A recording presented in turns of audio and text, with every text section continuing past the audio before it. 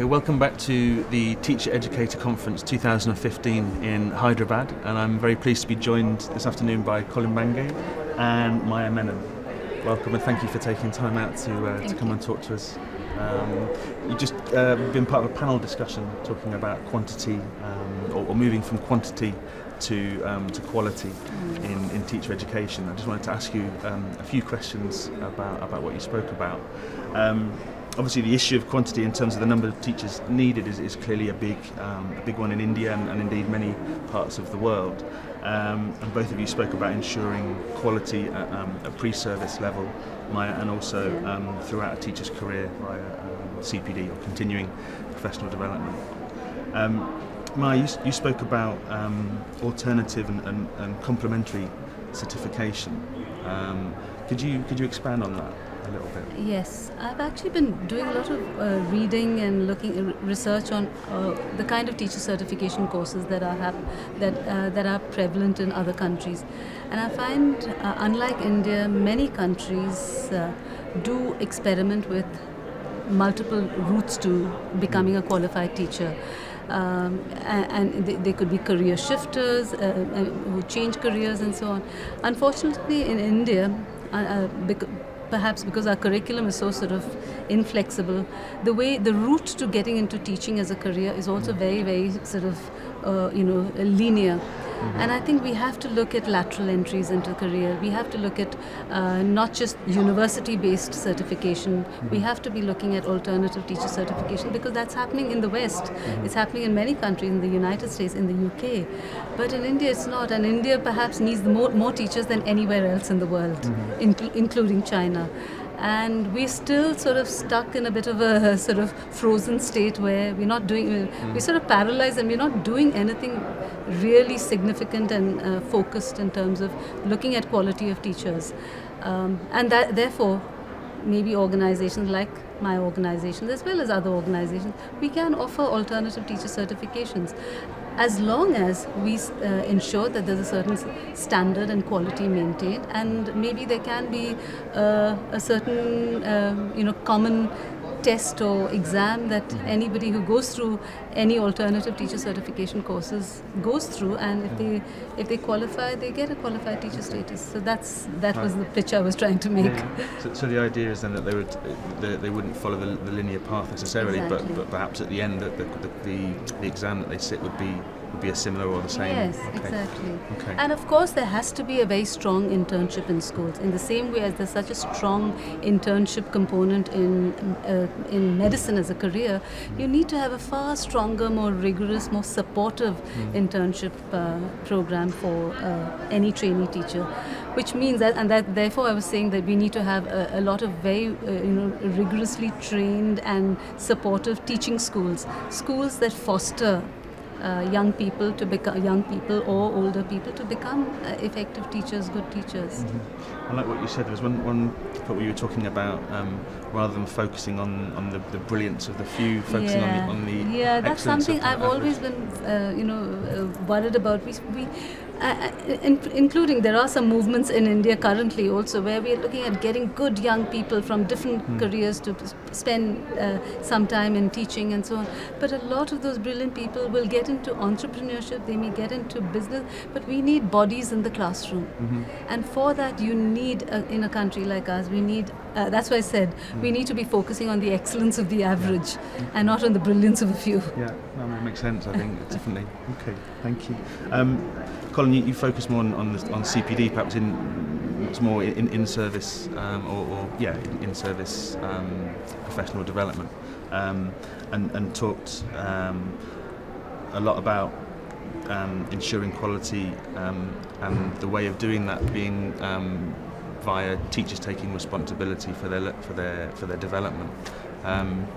How can that kind of be encouraged in situations perhaps where there's a lack of motivation or situations where it's really not kind of promoted?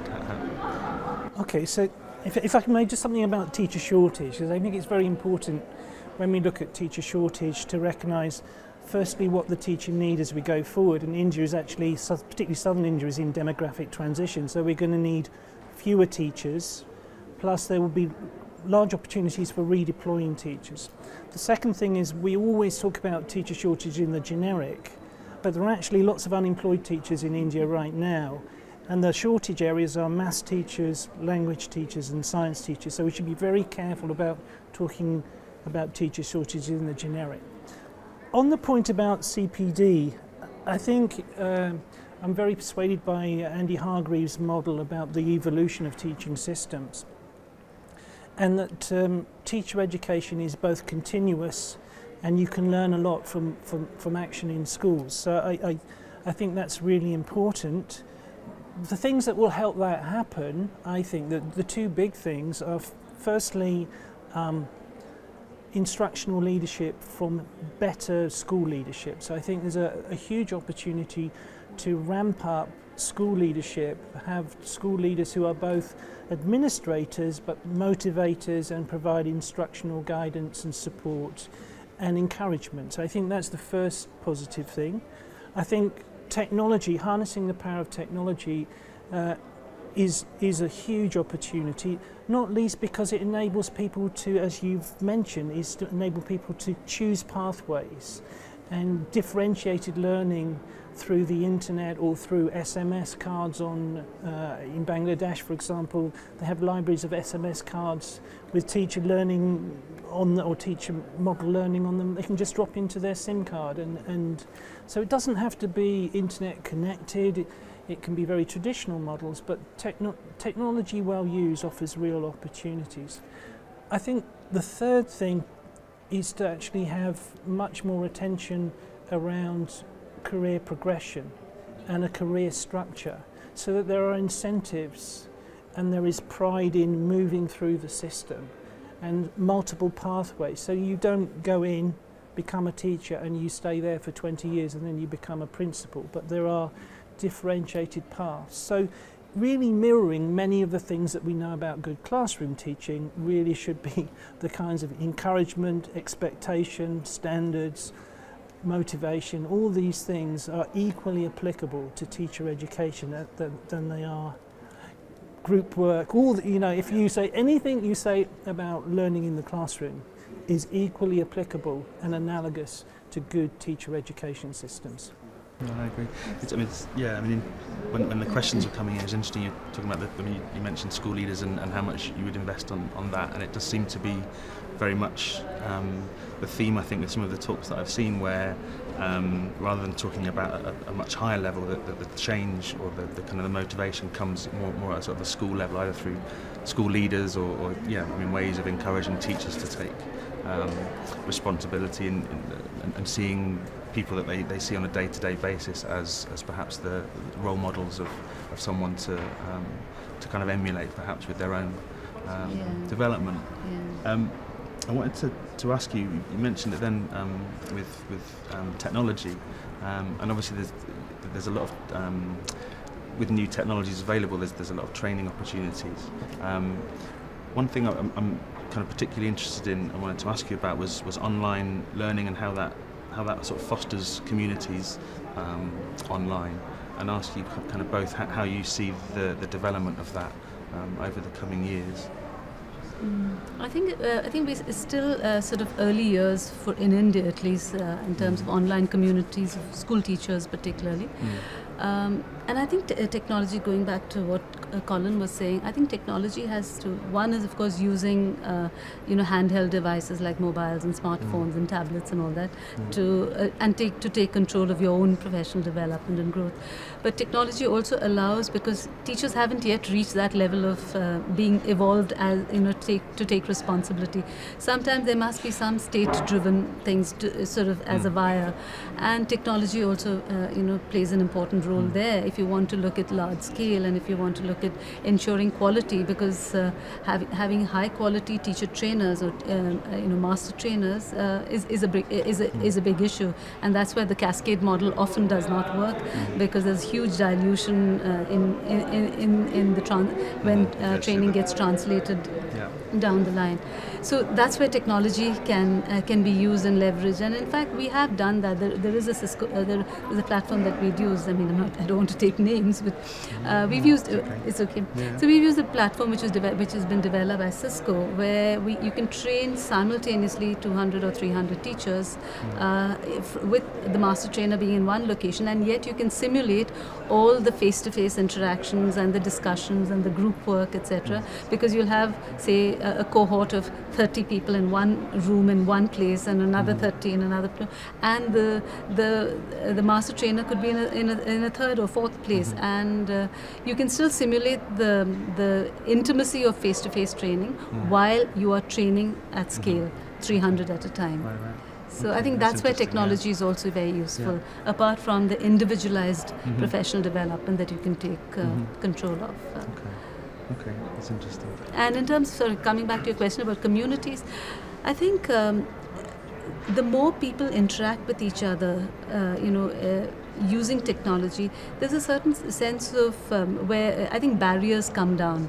Sometimes people are inhibited about speaking face to face, and with technology and with increased ease of use of technology, I think they start asking questions which they may not have asked face to face, or sharing ideas and sharing experiences that they may not have they may not have shared, because it's so easy to upload a photograph and say, this is what I did in my class, and for somebody else to then quickly comment on it and so on. So I think that makes it much easier to have professional communities of practice. Okay, that's interesting, yes.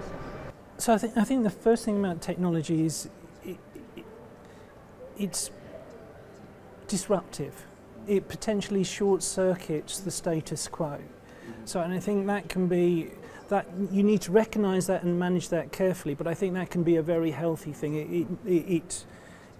It busts open or democratises knowledge, and it's not knowledge is just captured in the higher education institutions or the experts or whoever. So I think that needs to be recognised and celebrated, but managed carefully if it's not to be completely shut down. So I think that's the first thing. I think harnessing ICT is not just about online, because I think internet penetration, any net is as much defined by the space as it is by the links. So, but that doesn't mean technology. So again, I go back to English in Action and TES India here. The use of mobile phones and SIM cards, really powerful, and mobile phones particularly in creating communities of practice, even SMS messaging. The other thing that I think is really powerful, which you just don't get through any other media, is streamed video. There's one thing to be saying about this is a good lesson, should have these components.